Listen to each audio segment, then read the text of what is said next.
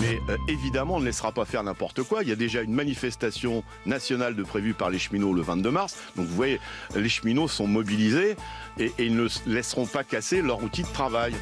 Menace de grève et de blocage. Les raisons de sa colère, ce rapport choc sur l'avenir du ferroviaire, remis jeudi dernier au Premier ministre par l'ancien président d'Air France, Jean-Cyril Spinetta.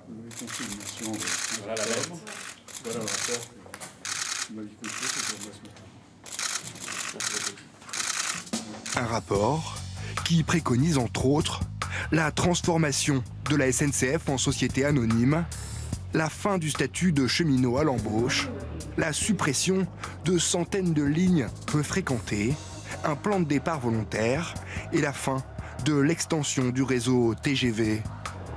En contrepartie, l'État récupérerait une partie de la dette colossale de la SNCF, qui frôle les 50 milliards d'euros. Les concours publics au secteur ferroviaire en France sont en constante augmentation.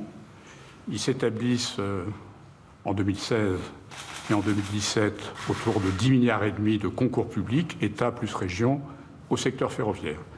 Et en dépit de ces concours publics, le transport ferroviaire français génère chaque année une dette supplémentaire de 3 milliards d'euros. Un rapport qui pointe également du doigt le coût des lignes peu fréquentées, 1,7 milliard par an, pour des lignes qui transportent seulement 2% de voyageurs. Bon, eh bien, écoutez, les consultations pour cette réforme ultra sensible ont débuté ce matin. Le patron de la SNCF, Guillaume Pepy, était reçu par le Premier ministre. Puis, certains syndicats de cheminots ont rencontré la ministre du Travail.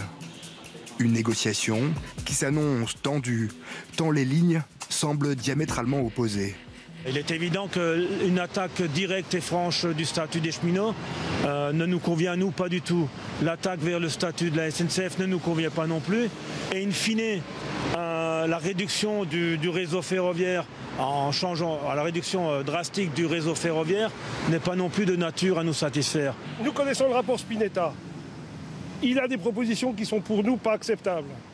Si elles devaient être reprises in extenso par le gouvernement, bien entendu que nous nous mobiliserons avec nos collègues cheminots pour les combattre. Un chantier explosif. Il y a 23 ans, le mentor d'Édouard Philippe, Alain Juppé, voulait lui aussi réformer le statut des cheminots. Des mois de manifestations et de blocages avaient fini par faire plier le président de l'époque, Jacques Chirac.